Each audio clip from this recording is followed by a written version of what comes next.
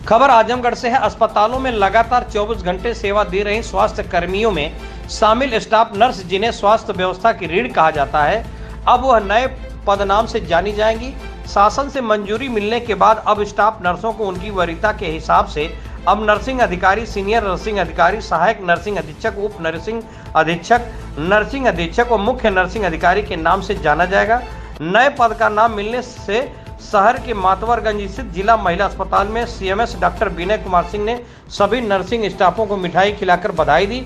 सभी नर्सिंग स्टाफों के चेहरे पर खुशी देखने को मिली। इस मौके पर सीएमएस डॉक्टर विनय कुमार सिंह ने कहा कि अच्छा लगता है कि हमारे नाम के आगे ऑफिसर लग जाए, लेकिन उसके साथ साथ एक जिम्मेदारी भी डेवलप हो जाती है। यदि हम अधिकारी हैं तो हमारी जिम्मेदारी भी बढ़ जाती है, क्योंकि हमें रिस्पॉन्सिबल बनाया जाता है। अधिकारी में सिर्फ अधिकार ही नहीं मिलता बल्कि कर्तव्य का बोध भी होता है, तो फिर हम अपने कर्तव्यों से भाग नहीं सकते। इस मौके पर स्मिता राय, शकुंतला, श्वेता, स्नेहलता, छाया, पूनम, तितरी, ममता, सविता, तारा, सोनी, आशा यादव, आशा, वंदना, राजोती सहित बड़ी संख्या में नर्सिंग स्टाफ मौजूद रहे। संवाददाता धीरज वर्मा की खास रिपोर्ट।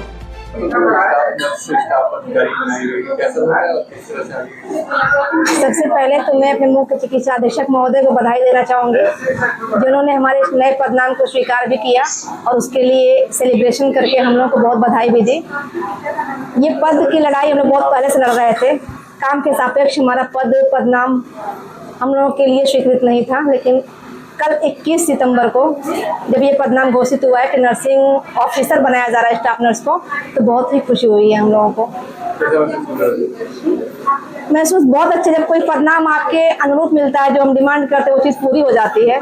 पद के सापेक्ष में नाम भी मिलता है और नाम के सापेक्ष में काम के सापेक्ष पद मिलता है, तो बहुत ही खुशी होती है। जैसा कि सबको हुई है, सारे स्टाफ को हुई है, हमारे सारे नर्सिंग चैम्बर को हुई है, पूरे प्रदेश में हर्ष का माहौल है इसको लेकर के।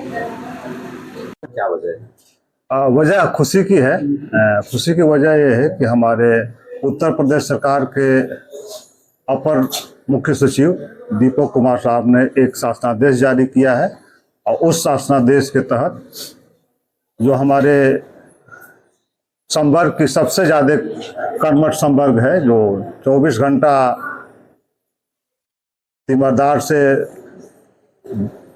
लगता है और मरीजों की सेवा करता है, लगातार डॉक्टर हमारा रहे न रहे, हमारी स्टाफ नर्स, हमारी सीनियर स्टाफ नर्स रहती है।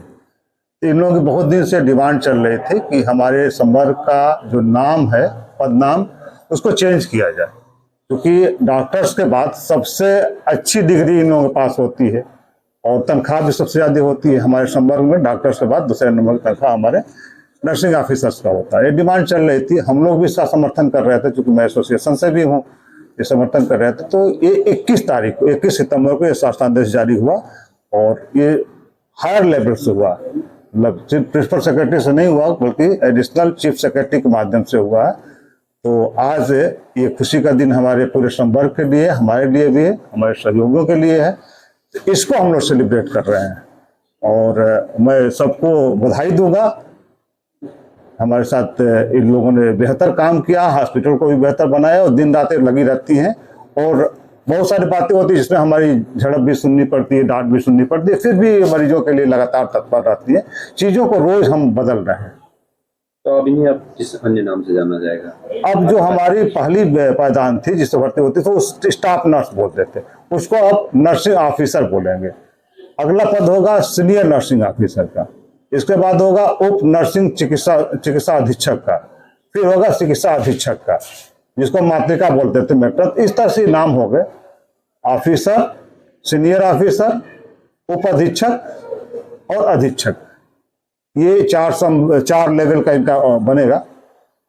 ये नाम हम अभी से, मैं मतलब ये शासनादेश है तो मुझे उससे भी इम्प्लीमेंट करता हूँ, मैं खुशी के साथ इजहार करता हूँ कि करूँगा और इसकी एक एंट्री इन लोगों की सर्विस बुक में मैं करा दूंगा। आजमगढ़ में आपके इलाके जो हमारी परमानेंट जो नर्सिंग वर्ग की ऑफिसर्स हैं उनकी संख्या 36 है।